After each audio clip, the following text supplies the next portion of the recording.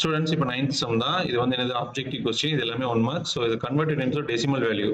So 142.5% இருக்கு. இது எப்படி எழுதலாம்? 142.5 divided by 100. பாருங்க 100 என்ன பண்ணணும்? இந்த டாட் என்னது முன்னாடி ஃபார்வர்ட் ஆகும். So 42.5. So 1.425 அப்படி. அதான் இதோட ஆன்சர். So ஆப்ஷன் என்னது? Option A. அதே மாதிரி இது என்ன பண்ணணும்? பர்சன்டேஜா கன்வெர்ட் பண்ண சொல்லியிருக்காங்க 10வது சம். ஸோ 10வது சம பாருங்க 0.005. அதை நம்ம என்ன பண்ணணும்? பர்சன்டேஜா கன்வெர்ட் பண்ணணும். மேலே கீழே 100 மல்டிபிள் பண்ணணும். ஓகே, மல்டிபிள் பண்ணிடலாம். இப்போ பாருங்க 100 மல்டிபிள் பண்ண என்ன ஆகும்? டெஃபினட்டா வந்து இதுல தப்பு பண்றதுக்கு ரொம்ப சான்சஸ் இருக்கு.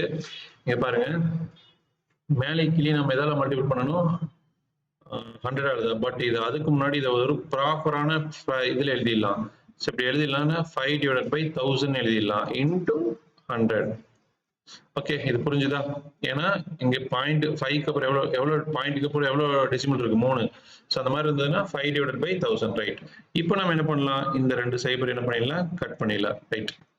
புரிஞ்சுதா? இப்போ இதோட வேல்யூ என்னது? 5 divided by 10 அப்படி எழுதிடலாம்னா நம்ம 0.5 into 1/100 எழுதிடலாம். இதோட வேல்யூ 0.5 by 100. இதை வந்து என்ன எழுதலாம்? 0.5%. That's all. ஓகேவா? ரைட். இதை இன்னொரு மெத்தட் கூட போடலாம். அதை நீங்க ட்ரை பண்ணுங்க, அது என்னன்னு சொல்லி. ஓகேவா? எரேஸ் பண்ணிக்கிறேன். அடுத்தது இதுக்கு ஆப்ஷன் இது, இதோட ஆப்ஷன் இது. இதை வந்து பர்சன்டேஜா கன்வெர்ட் பண்ணணும். 4.7%னா மேலே கீழே 100 மல்டிபிள் பண்ணிக்கணும். இதை 100 மல்டிபிள் பண்ணா என்னது? 2 சைபர் டிவைடட் பை 100. நீங்க பாயிண்ட் எவ்வளவு இருக்கு? ஒன்னே ஒன்று தான் இருக்கு. ஸோ ஒரே ஒரு பாயிண்ட் மட்டும் போட்டா போதும். அப்போ இது 470/0, இங்க இருக்கு 100. அப்ப என்னது? இது 470%.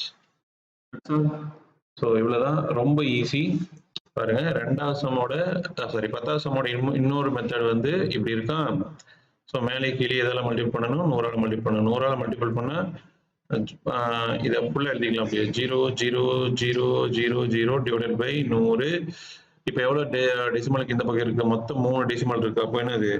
1 2 3. இங்க வரும் பாயிண்ட். அப்ப என்னது? 0.5 divided by 100. இது எப்படி எழுதலாம்? 0.5% எழுதிக்கலாம். Okay, so thank you. எல்லாமே வந்து முடிஞ்சு, அப்ஜெக்டிவ் கொஸ்டின்ஸ் முடிஞ்சு. ஸோ நீங்க என்ன பண்ணுங்க? ரிவிஷன் தான் ரொம்ப ரொம்ப முக்கியம். ஓகேவா? சும்மா வீடியோ பார்த்தாலாம் சம்ஸ் வந்து போட முடியாது. ப்ராக்டிஸ் தான். ப்ராக்டிஸ் பண்ணுங்க. So thank you so much. பாய்.